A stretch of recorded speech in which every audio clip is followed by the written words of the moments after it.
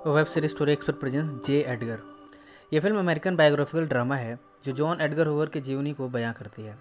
Edgar ने किस तरह से 1920 के दौर में अमेरिकन कानून व्यवस्था में खामियां ढूंढी, उन्हें दूर किया और एक कानूनी ढांचे को बनाने की कोशिश की जिससे अपराधियों को तुरंत ही सजा सुनाई जा सके, समाज में अपराध को मिनिमम लेवल पर लाया जा सके। फिल्म की खासियत है लियोनार्डो डिकैप्रियो, जिन्होंने न सिर्फ FBI डायरेक्टर का रोल बल्कि एक उम्रदराज बूढ़े आदमी का रोल भी बड़े ही बेहतरीन तरीके से निभाया। इस फिल्म के IMDb रेटिंग की बात करें तो वह है 6.5, जो कि काफ़ी अच्छी है। 1919 में जब असामाजिक तत्वों ने अटॉर्नी जनरल पामर को मारने की कोशिश की, तब वे ऐसा कर नहीं पाए। ऐसे में कानून व्यवस्था पर सवाल उठने लगे। एक अटॉर्नी जनरल तक सेफ नहीं है इस देश में। इन सब हालात में उदय हुआ जॉन एडगर का। उनको FBI ने नए डिवीज़न का नया इंचार्ज बनाया और इस केस को सौंपने की जिम्मेदारी दी। जे एडगर ने पोस्ट संभालते ही सस्पेक्ट्स की लिस्ट बनाई और उन्हें पकड़ना शुरू कर दिया। जे एडगर चाहते थे कि वे एक ऐसा सिस्टम बनाएं जिसमें हर एक नागरिक का फिंगरप्रिंट हो, हर किसी का डेटा रिकॉर्डेड रहे। ऐसे में अपराधियों को पकड़ना बड़ा आसान रहेगा और अपराध भी कम हो जाएगा। इस समय कई कम्युनिस्टों के द्वारा भी निरंतर अपराध किए जाते थे। कई जगह लूटमारी होती थी, किडनैपिंग, चोरी, दिन दहाड़े लोगों को मारना, ये अपराध आम हो चले थे। जे एडगर की टीम ने जब कम्युनिस्टों पर पकड़ बनाई तब यहाँ के लोकल्स एक्टिव हो गए और उन्होंने लोगों को पकड़ पकड़ कर मारना शुरू किया। जो लोग ऊंचे ओहदों पर होते थे अक्सर उन्हें पकड़ लिया जाता था, उन्हें किडनैप किया जाता था और रैंसम मनी मांगी जाती थी। जे एडगर एक ऐसा सिस्टम बनाना चाहते थे जिससे कि न सिर्फ अपराधियों को बल्कि अपराध को भी ख़त्म किया जा सके। इन्हीं समय उनकी मुलाकात हुई हेलन से। हेलन को भी इन सब में रिसर्च करने का बड़ा शौक था। वो भी चाहती थी कि समाज में अपराध को कम करने में वो भी योगदान करें। इन्हीं सब में दोनों की मुलाकात एक लाइब्रेरी में हुई। जे एडगर ने हेलन को प्रपोज किया पर हेलन ने इसे इनकार कर दिया। हेलन ने कहा, मुझे शादी में कोई इंटरेस्ट नहीं है, मैं सिर्फ काम करना चाहती हूँ। अगर आप मुझे अवसर दें तो मैं आपके FBI ऑफिस में सेक्रेटरी का काम करना चाहती हूँ। जॉन एडगर ने हेलन की इस बात को कबूल कर लिया और अब हेलन जॉन एडगर की सेक्रेटरी बन गई। इन्हीं समय नए अटॉर्नी जनरल को नियुक्त किया गया।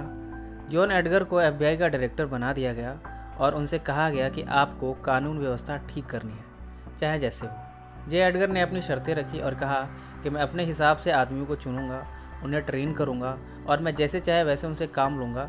कोई मेरे काम पर सवाल नहीं करेगा, पर हाँ, अगर रिजल्ट अच्छा नहीं आता है तब मुझ पर सवाल किए जा सकते हैं। अटॉर्नी जनरल ने एडगर की इस बात को मान ली और इस तरह एडगर ने एक नई टीम बनाई जिसमें सख्ती से सभी नियमों का पालन किया जाता था और इस तरह अब क्रिमिनल्स को बड़ी आसानी से पकड़ा जा सकता था।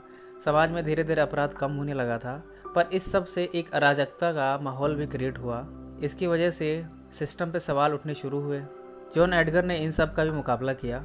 इन्हीं सब में एडगर की मुलाकात हुई क्लाइड से।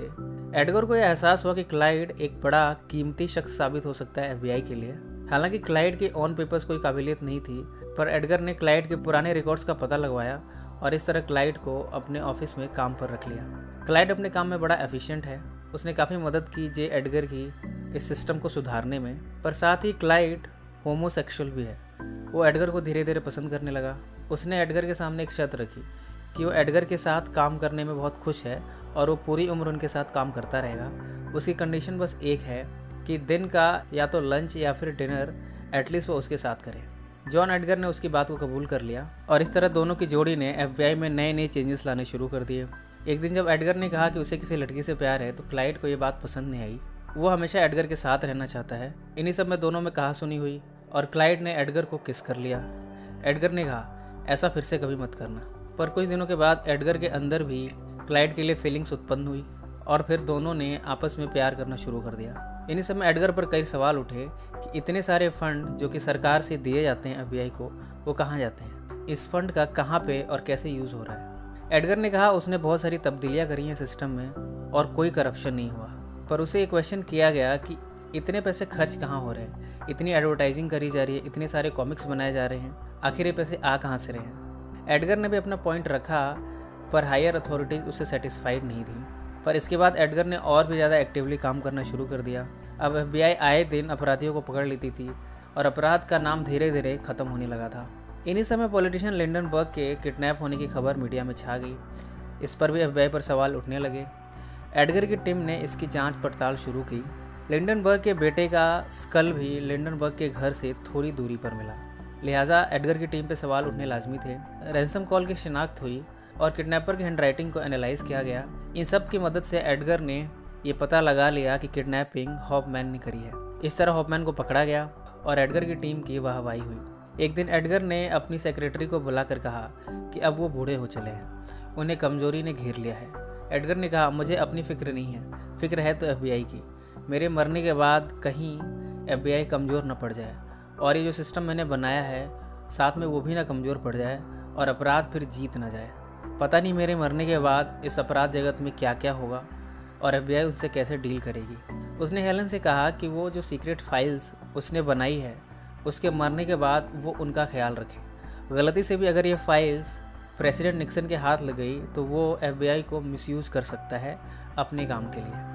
हेलन ने वादा किया कि चाहे जो हो जाए वो इन फाइल्स को प्रेसिडेंट के हाथ नहीं लगने देगी। कुछ ही दिनों में खबर आई कि एडगर की मौत हो चुकी है।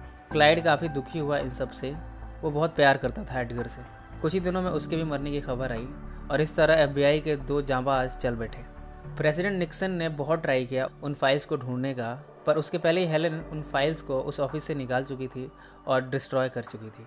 प्रेसिडेंट निक्सन कभी भी उन्हें एक्सेस नहीं कर पाया और इसी नोट के साथ ये फिल्म समाप्त हो जाती है। फ्रेंड्स, ये कहानी कैसी लगी कमेंट्स में ज़रूर मेंशन करें। इस वीडियो को लाइक और शेयर ज़रूर करें और किसी फिल्म की कहानी या वेब सीरीज़ की कहानी आप सुनना चाहें तो उसे भी कमेंट्स में मेंशन करें, हम उसे ही पब्लिश करेंगे। अगर आपने हमारे चैनल को अभी तक सब्सक्राइब नहीं किया तो सब्सक्राइब कर लीजिए और बेल आइकन दबा दीजिए। सो फ्रेंड्स, फिर मिलेंगे ज़िंदगी के किसी नए मोड़ पे।